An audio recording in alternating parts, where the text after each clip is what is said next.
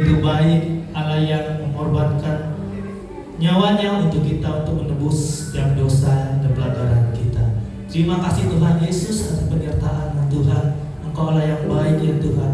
Sepanjang hidup kami ya Tuhan, Engkau Allah yang setia ya Tuhan.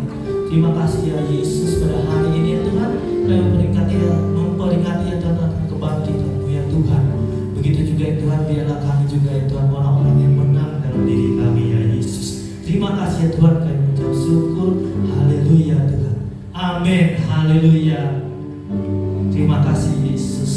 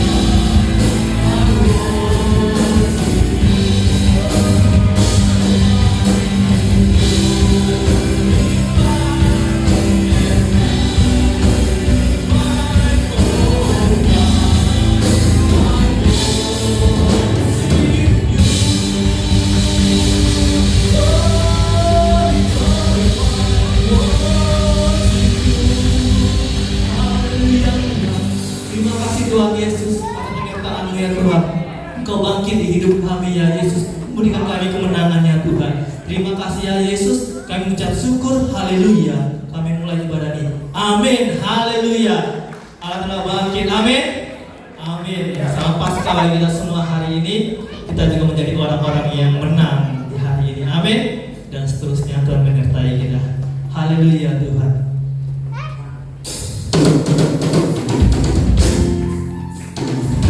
Haleluya Yesus. Kau telah menebus kami Tuhan.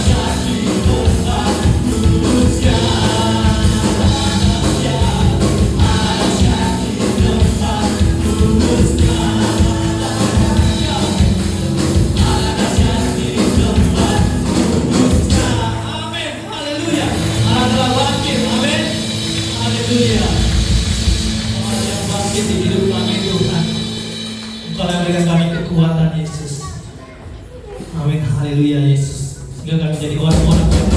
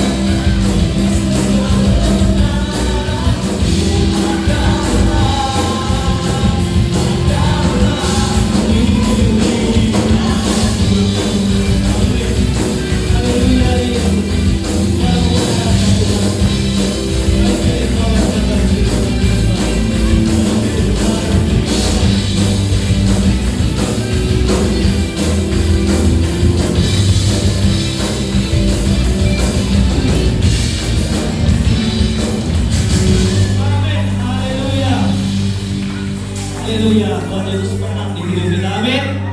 Amin. Karena itu kita milih hidup di dalam Tuhan. Saatnya kita akan baca pengakuan iman rasuli. Pengakuan iman rasuli.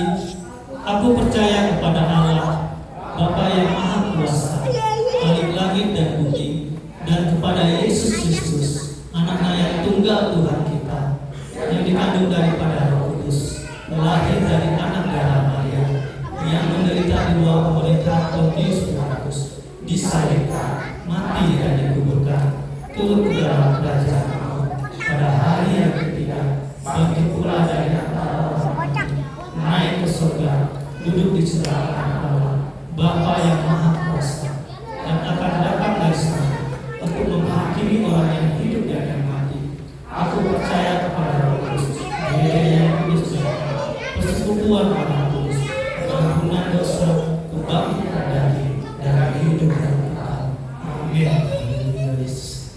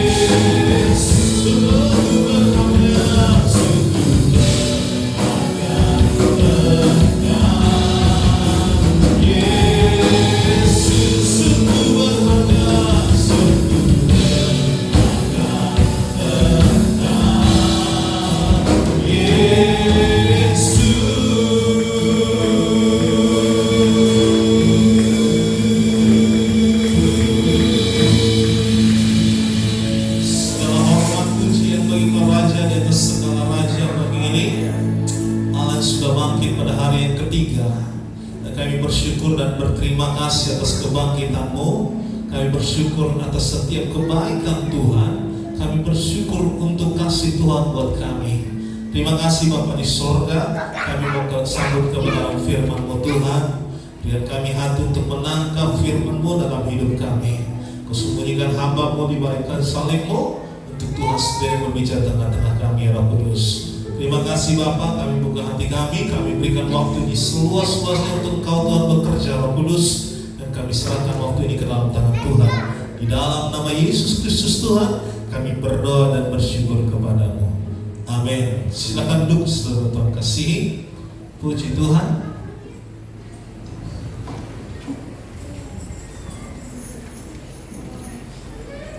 Selamat memperingati Hari Paskah untuk kita semua, Bapak Ibu saudara kasihi. Oleh anugerah Tuhan, kita masuk di tahun 2024. Dan oleh karena kebaikan Tuhan juga kita boleh bersama-sama berjumpa dalam ibadah. Dan saya berdoa buat kita semua, dalam Paskah maka ada sukacita. Amin. Sebab Tuhan kasihi, kita berdoa supaya dalam hidup kita, dalam seluruh aspek hidup kita, biar Tuhan yang bekerja dalam hidup kita. Amin. Sebab dunia tidak semakin baik, tapi kita akan melihat betapa Tuhan lebih besar dari perkara dunia. Saudara Tuhan kasihi, kita akan melihat satu kebenaran firman Allah. Bapak Ibu saudara kasihi, Yesus itu adalah korban dari setiap manusia. Katakan, wow. Yesus itu korban dari semua manusia.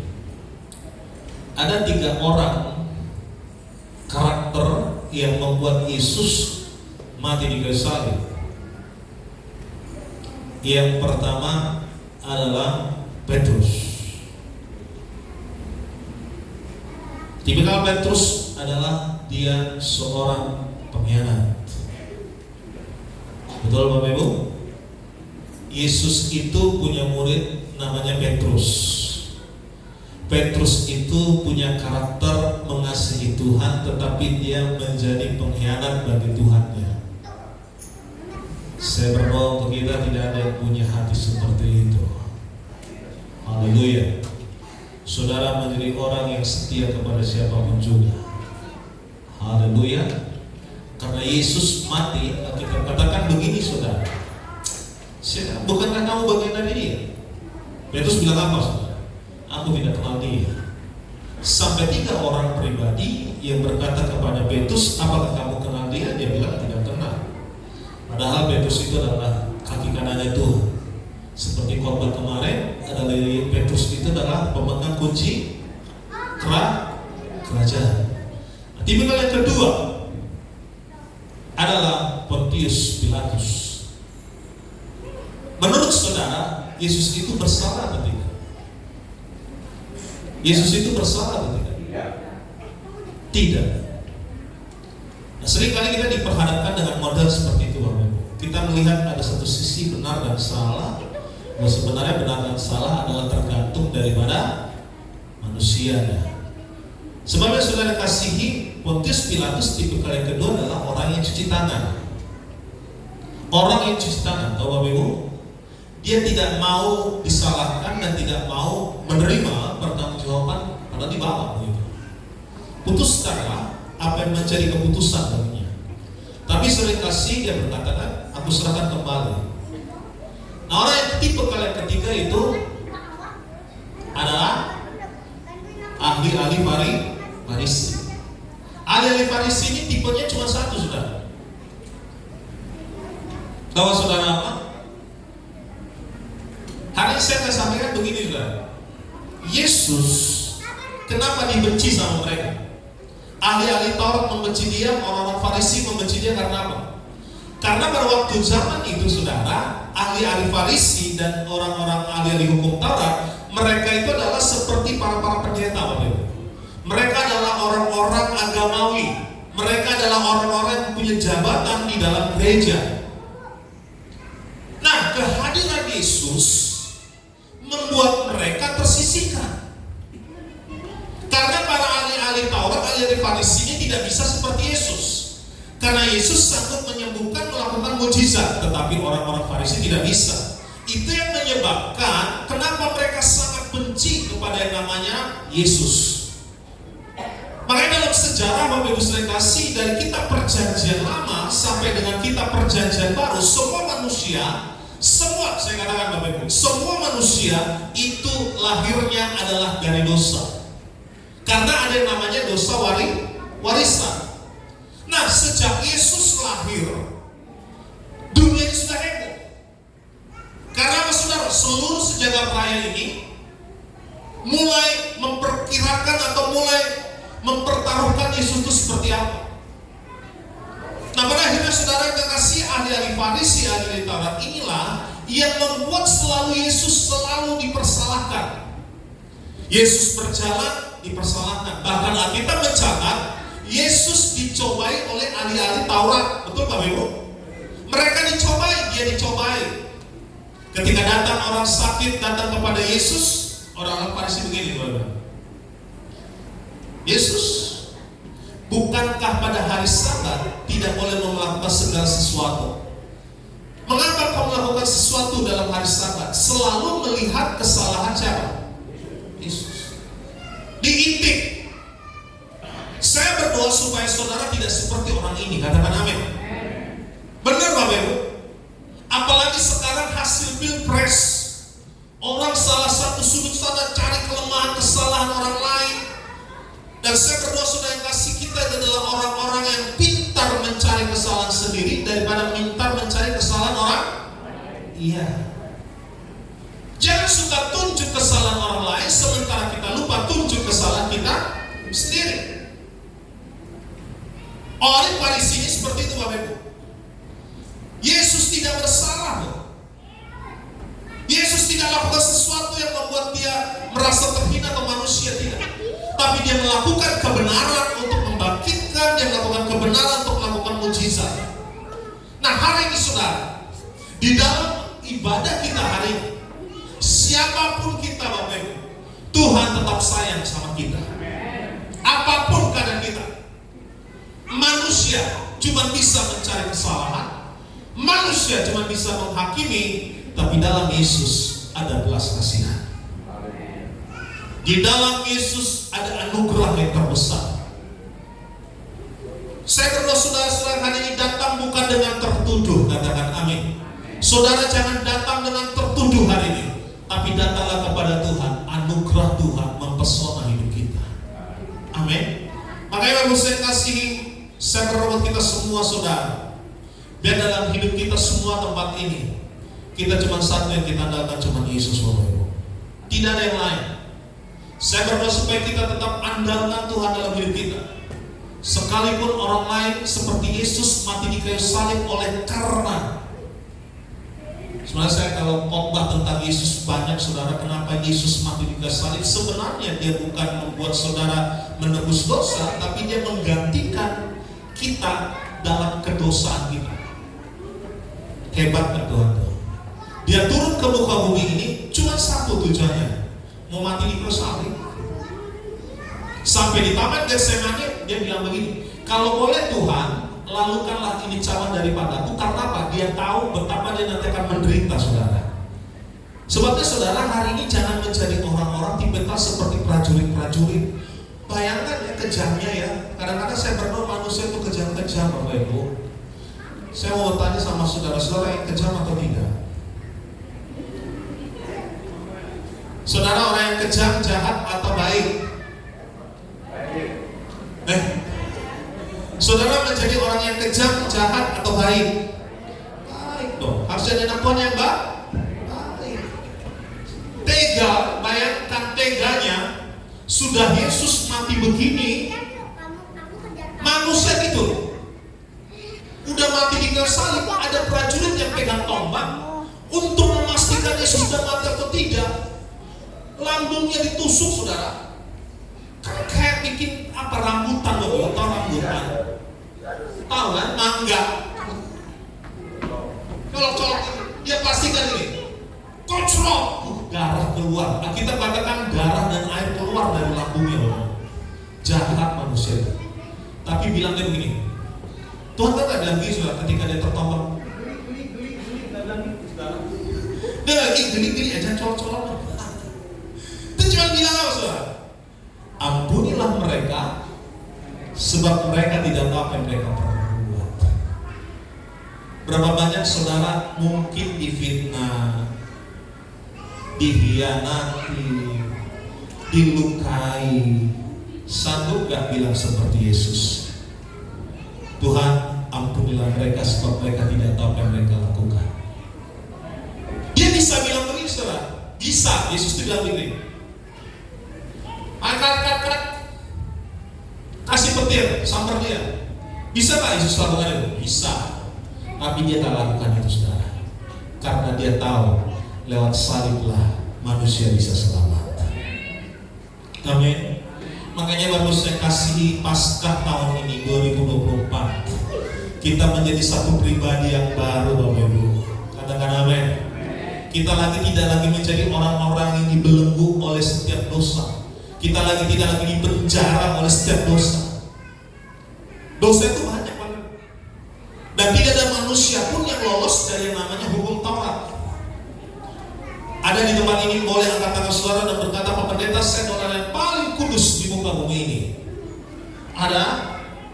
Kalau ada nanti selain kasih, ada hadiah dari pendeta kita. Ada selain menganggap berkata, Pak Pendeta, saya adalah orang yang paling kudus, saya tidak pernah melakukan dosa dalam hidup saya. Pasti tidak akan ada. Karena apa, saudara? Kita ini adalah manusia yang berdosa, karena itu kita butuh Yesus. Nah, hari saudara kita melihat dalam kitab Matius pasal yang ke-28. Buka bersama dengan saya Matius pasal yang ke-28. Yesus itu mati untuk kita karena dia tahu tidak ada satupun manusia yang bisa lolos dari keselamatan kalau tanpa Yesus hadir, saudara. Matius pasal 28 ayat yang pertama sampai dengan ayatnya yang ke-10. Matius pasalnya yang ke-28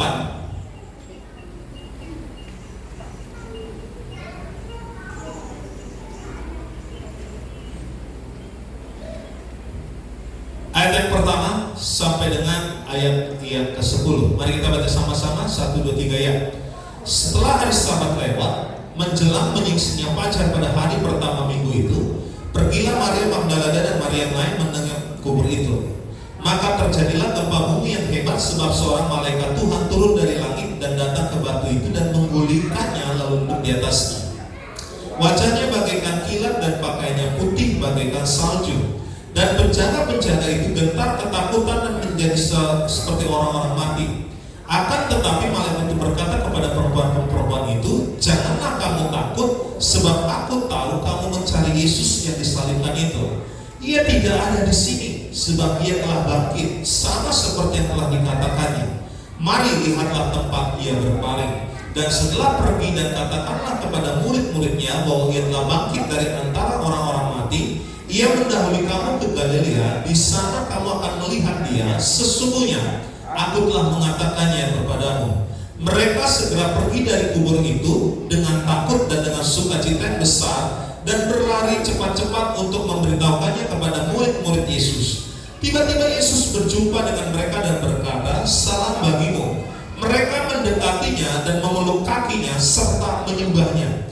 Maka kata Yesus kepada mereka, "Jangan takut, pergi dan katakanlah kepada saudara-saudaraku supaya mereka pergi ke Galilea, dan di sanalah mereka akan melihat aku." Saudara terkasih, dari perikop ini ceritanya bahwa ketika Yesus mati di kayu salib, tahukah saudara, Yesus mati di kayu salib, maka dikuburkan. Model kuburan orang-orang Israel itu adalah, mungkin saudara pernah pulang ke orang Batak juga lakukan itu, ataupun orang-orang Toraja. Jadi mayatnya itu dimasukkan di dalam satu lubang, Bapak. Tidak seperti mungkin orang-orang yang kebiasaan budaya-budaya lain, orang mati itu ditanam, saudara, ke tanah. Nah, ada orang budaya yang namanya Toraja, kalau mereka mati maka ditaruh di dalam lubang. Sama seperti tradisi budaya bangsa Israel.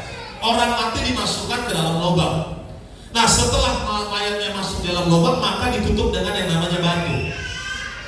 Maka saudara, dalam aturan orang-orang bangsa Israel, yang boleh membuka batu itu adalah orang-orang penjaga kubur.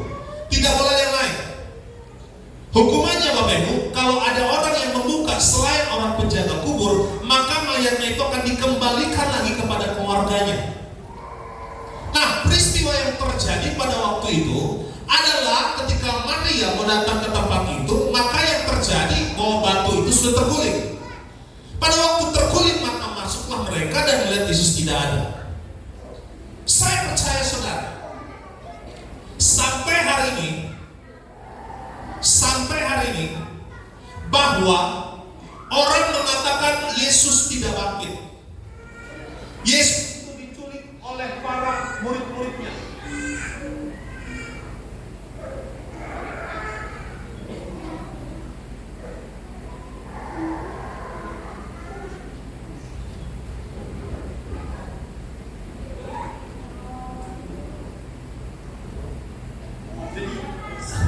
Jadi Yesus itu diculik oleh murid-muridnya.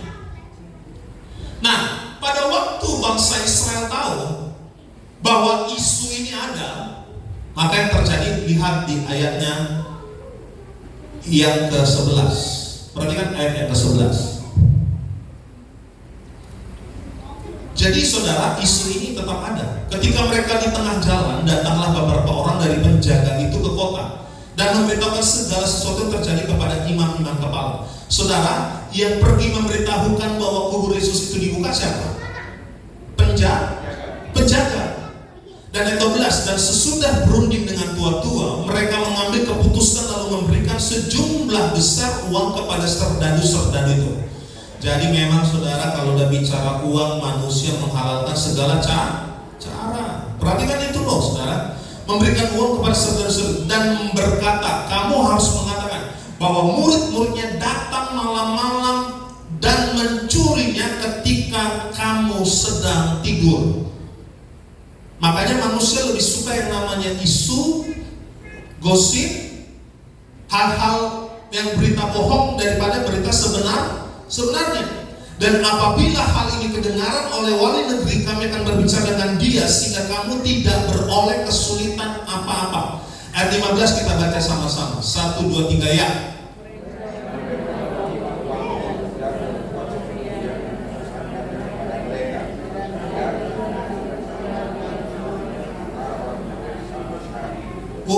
Ngeri kan Bapak Ibu? Ngeri kan? Jahat kan manusia? Jahat. Udah mati, dibunuh. Bayangkan Bapak Ibu, udah mati, dibunuh, disalibkan, ditombak lagi, dikuburkan, udah dikuburkan, bikin isu lagi. Jangan sampaikan kepada orang lain kalau Yesus itu bangkit. Sampaikan kepada orang-orang bahwa Yesus itu diculik oleh murid-muridnya. Dengarkan Bapak Ibu, yang paling mengenaskan adalah begini, mereka sepakat untuk melakukan itu, menyiarkan itu. Bahkan ayat 15 berkata apa saudara? Bahkan berita itu sampai tersiar sampai hari ini. Makanya jangan heran Bapak Ibu, saya berdoa supaya saudara juga punya indera rohani yang luar biasa. Untuk ketika saudara buka YouTube, saudara dengarkan khotbah pendeta-pendeta yang hari ini ada beredar di media sosial, saudara punya kepekaan rohani yang betul-betul tahu mana yang benar dengan salah. Karena hari ini saudara banyak pendeta-pendeta juga yang ngaco-ngaco ngajarnya saudara. Banyak juga hari-hari berita-berita yang ada pada hari ini beredar di media sosial yang membuat kita seolah-olah percaya kan itu. Tapi lewat hari ini kita yakin dan percaya saudara bahwa Yesus datang untuk membebaskan kita, untuk memberikan kemenangan untuk kita. Amin. Kemenangan itu bukanlah kemenangan yang mudah didapat Bapak Ibu. Kronologi ketika Yesus mati, lahir, dia besar sampai dia mati di kayu salib, saya perkatakan Bapak Ibu bahwa Yesus itu bukanlah orang yang menghadapi hidupnya dengan sebuah kebahagiaan. Yesus tidak menghadapi kehidupannya dengan kenikmatan. Yesus tidak hadir di muka bumi untuk dalam hidup kesejahteraan, tidak. Tapi sejak Yesus lahir, dia sudah menderita kok. Sejak Yesus lahir, dia sudah menderita, sudah susah Bapak Ibu. Tapi dia bukan berkata ketika dia susah, maka dia berkata begini, Tuhan udah naik ke surga aja saya cepat-cepat deh. Enggak. Tapi dia berkata, biarlah kehendak-Mu yang terjadi dalam hidupku. Saudara juga lakukan itu dalam hidup kita, katakan amin ya. Apapun yang terjadi, baik suka dan duka, kita berkata biarlah kehendak Tuhan yang terjadi. Ukuran Tuhan bukan uang, katakan amin ya. Kesejahteraan manusia, kenikmatan hidup manusia bukan bergantung uang. Tapi kenikmatan manusia, kebahagiaan hidup kita dalam Tuhan adalah ketika Yesus hadir di dalam hati kita. Itu hidupnya itu betul-betul nikmat Bapak Ibu. Ketika ada masalah kita tetap tenang, karena apa? Ada Yesus. Ketika kita mengalami himpitan, kita tenang karena ada apa? Karena ada Yesus yang menemani kita. Saudara punya uang banyak, saudara punya deposito yang besar, saudara kerja, saudara akan berkata, jangan-jangan nanti pilot bank seluruh Indonesia krisis terjadi. Kita mulai pikiran kita kepada uang yang kita punya. Saudara punya benda harta yang banyak sekali, pikiran kita akan kepada itu. Tapi ketika kita berkata ada Yesus dalam hidup kita, apapun yang terjadi, kita berkata di dalam Tuhan ada kekuatan yang baru. Di dalam Tuhan ada mujizat yang baru. Di dalam Tuhan ada sesuatu anugerah yang baru. Maka apapun yang kita hadapi, kita tetap tenang bersama dengan Yesus. Itu nikmat saudara hidup ini. Kita tak perlu khawatir. Orang dunia khawatir akan dunia, tapi kalau kita punya Yesus, kita tidak khawatir. Makanya Yesus itu sejak dia lahir sampai dia mati, tidak ada yang namanya kenikmatan Bapak Ibu. Satu teladan yang saya sampaikan pada hari ini, dan saya pun meneladani sikap Yesus. Sekalipun dihimpit oleh apapun juga dalam hidupnya, dia tetap berkata, Tuhan yang menjadi kekuatan dalam hidupku. Sampai pada akhirnya dia bilang begini, Eli Eli lama sabachthani. Karena dia tahu penderitaan itu besar Bapak Ibu. Karena dia tahu dia gak sanggup. Saya cuma bilang Jumat Agung yang lalu, sampai dari pertama sampai dengan terakhir, saya cuma bisa nangis Bapak Ibu. Semuanya dihimpit dalam satu ibadah. Tidak ada manusia yang bisa lakukan seperti Yesus. Tapi dia lakukan itu demi kita semua Bapak Ibu. Dia lakukan itu demi dia mengasihi kita. Bukan karena kita layak Bapak Ibu. Bukan karena kita hebat. Bukan karena kegagahan dan kegantengan, kecantikan kita, kemampuan kita. Tapi karena Tuhan yang melayakkan kita. Saya nangis sepanjang ibadah. Gini ya. Satu manusia ditumbal oleh karena menggantikan setiap manusia berjuta-juta di dunia ini. Hebat. Bisa membuktikan dia mengasihi manusia yang lain. bertanya buat saudara, apakah saudara sesama jemaat saling mengasihi? Iya, sampai setengah. Apakah saudara sesama jemaat saling mengasihi? Sebelah sini belum, saya khawatir. Apakah saudara sesama jemaat saling mengasihi? Sebelah sini, kita pergi dulu. Apakah saudara sesama jemaat saling mengasihi? Amin. Kita sesama jemaat harus saling mengasihi. Dan itu bukan hanya dikatakan amin. Haleluya. Ketika pendeta tanya apakah saudara mengasihi sesama anggota jemaat lain? Amin. Sama kayak Petrus. Petrus, apakah kau tidak akan menyangkal aku nanti kelak? Oh Tuhan, di mana kau berada, aku pun berada di situ. Cuma gara-gara anak kecil datang, bukankah kau bagian dari dia? Aku nggak kenal dia, baru cuma dites gitu, Bapak Ibu. Saya mau tanya, apakah saudara sesama jemaat saling mengasihi? Kalau ada yang berkekurangan, maka kita memberikan apa yang kita punya. Amin. Jangan kita bilang, oh saya mengasihi bapak itu, saya mengasihi ibu itu, saya mengasihi adik itu. Tetapi boro-boro dibuktikan.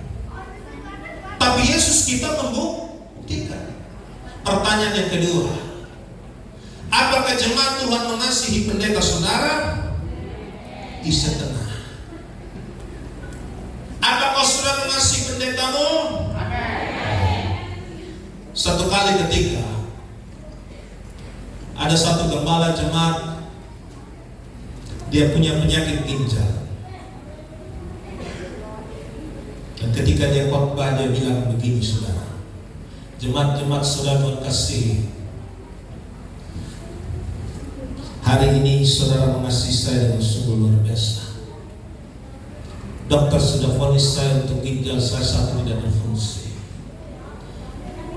Jemaat terdiam. Ada jemaat kan punya respon begini, jangan-jangan pendeta minta duit lagi nih.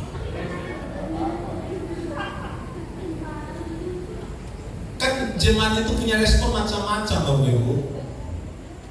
Yang satu lagi bilang begini, terus masalahnya apa Pak Gembala? Iya kan? Datanglah dia, Bapak Ibu saudara mengasihi saya. Uskup cuma bilang, mengasihi Pak Pendeta. Kami sangat mendoakan pendeta supaya sembuh dari ginjal. Kan gembala bingung. Baik, kalau begitu barang siapa saudara yang mengasihi saya, bolehkah ginjalnya disumbang satu untuk saya? Semua jemaat terdiam. Apa Bapak Ibu? Terdiam. Dan pendeta ini berkata, oh jemaat saya mengasihi saya. Kalau begitu saya tunjuk saja yang Bapak itu mau kekasih ginjalnya sama saya. Pak Pendeta, saya doa dulu sama Tuhan. Kalau Tuhan bilang iya, maka saya kasih ginjal saya.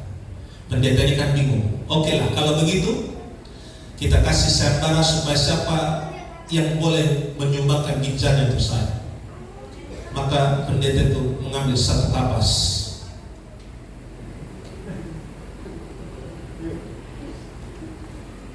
Barang siapa kipas ini jatuh di pada orang itu, maka orang itulah yang akan menyumbangkan ginjalnya untuk saya. Saya akan melepaskannya di tengah-tengah saudara. Maka di mana kapas itu berhenti, maka orang itu akan memberikan ginjalnya untuk saya. Dilempar kipas itu, dia terbang kemari-mari, mau hinggap di salah seorang bapak.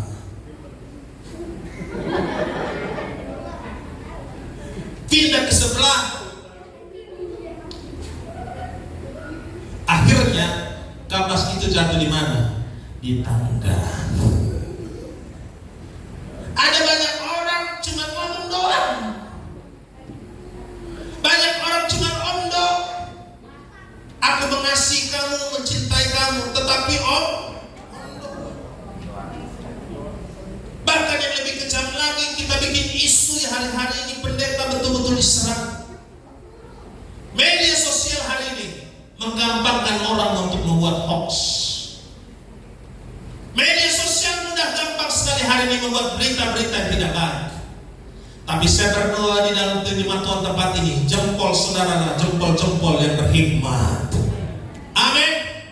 Ketika saudara menjempol handphone saudara, saudara berpikir, jangan-jangan kalau saya klik ini, banyak orang yang menderita. Kalau saya tidak klik ini, maka akan mendatangkan damai sejahtera. Saya harus berpikir keras untuk supaya ketika saya menjempol untuk sesuatu berita yang baik, maka yang terjadi adalah sesuatu yang baik. Yesus datang untuk membebaskan kita. Yesus datang membuktikan Dia mengasihi kita. Tidak ada satu pun manusia yang bisa membuktikan itu. Itu sebabnya pada waktu minggu kemarin saya cuma bisa, hebat banget Tuhan itu. Dia betul-betul membuktikan Dia mengasihi kita. Saya berdoa saudara nggak usah ngomong kau mengasihi orang lain, tetapi lewat perbuatan kita bisa membuat orang lain itu diberkati dalam hidup kita. Amin. Jangan saudara ditanya pendeta, apakah saudara mengasihi jemaat sama jemaat? Amin. Tapi pulang gereja musuh-musuhan, salaman tidak.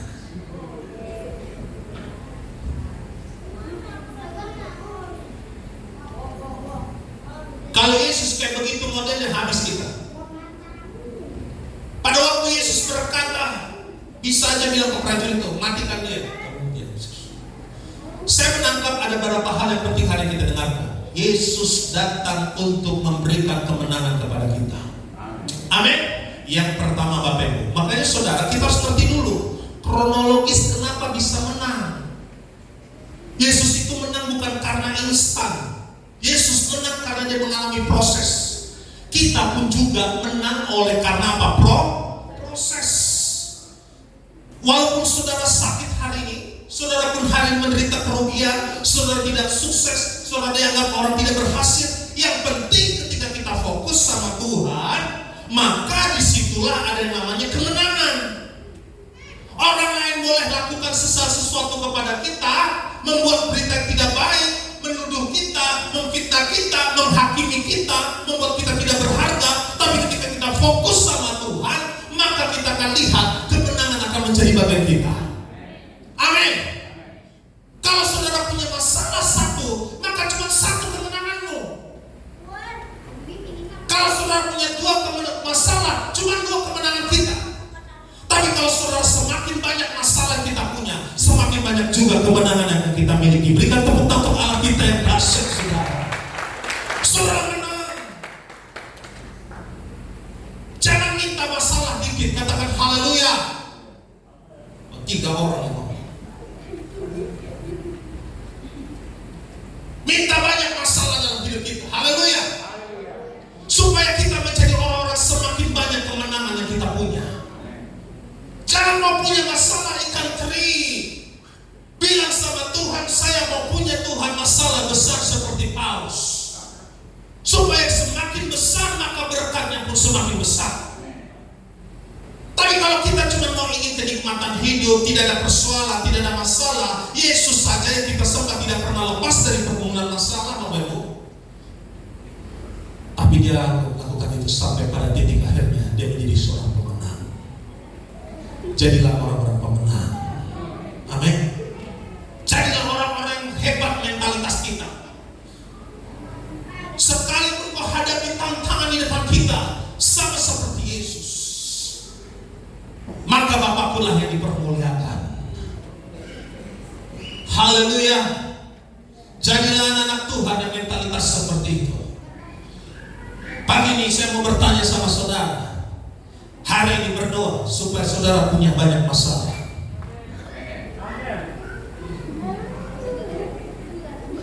Ampun Pak Pendeta, satu masalah aja gak selesai. Punya satu masalah aja bikin kepala putar-putar, pusing-pusing 7 keliling. Apalagi 10 masalah.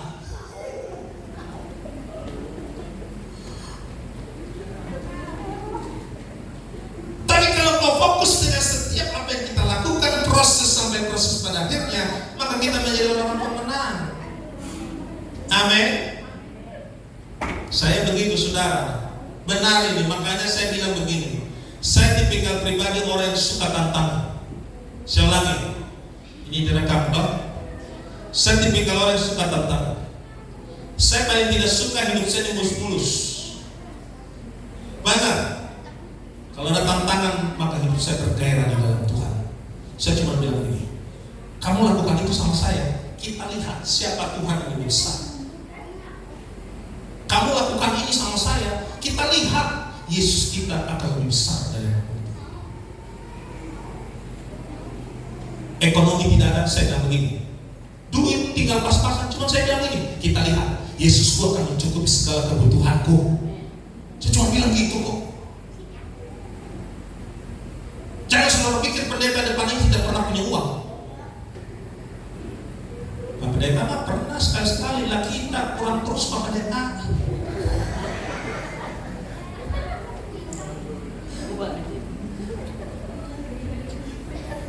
Ini dia tinggal 2 reban. Kasih persembahan sudah selesai hidup saya ini.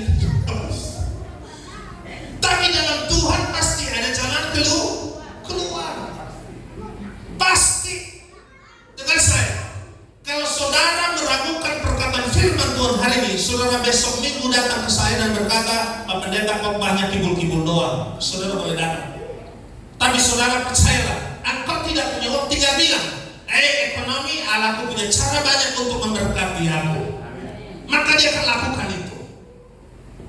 Makanya jangan suka takut dengan masalah. Katakan haleluya. Jangan alergi sama masalah, tapi cintailah masalah. Karena di dalam masalah akan ada banyak kemenangan. Amin. Yuk kita lihat yuk kedahsyatan Tuhan. Itu tadi ayat pembuka. Makanya saya kalau khotbah bahwa saudara giring supaya saudara ngerti, kita ini menang bukan hanya sekedar menang. Tuhan yang kita sembah aja punya banyak masalah. Kita anaknya mau coba-coba enak-enakan hidup. Nah